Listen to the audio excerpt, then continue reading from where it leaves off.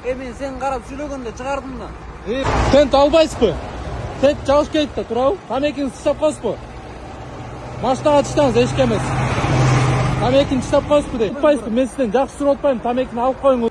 Мен сен қарап сөйлегенде шығардым да. Ошо чыгарбай эле коюңуз анда, ошончо болду. Документтериңизди берип коесузбу? Өзүңүздөр көрүп тургандай телефон чалып берип атат.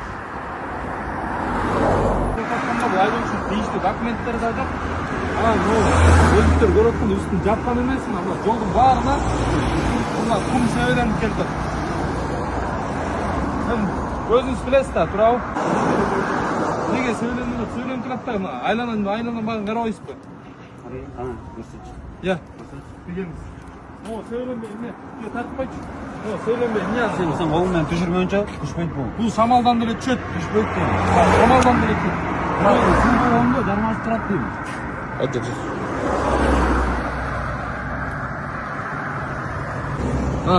Moğun bari söylenip жолго түшөт. Тазалыктын кызматкерлери жолду тазалап кетишет. Кайра эле ушундай айдоочулар жоопкерчиликсиз айдоочулар кайра жолго ушундай кумдарды себелейт.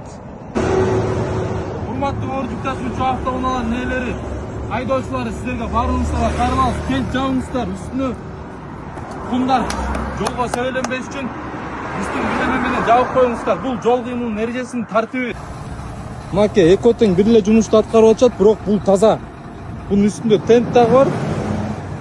Андан сырткары дагы машинасы да таза жууп тазалап чыгышат экен. Айдоочусу Азамат.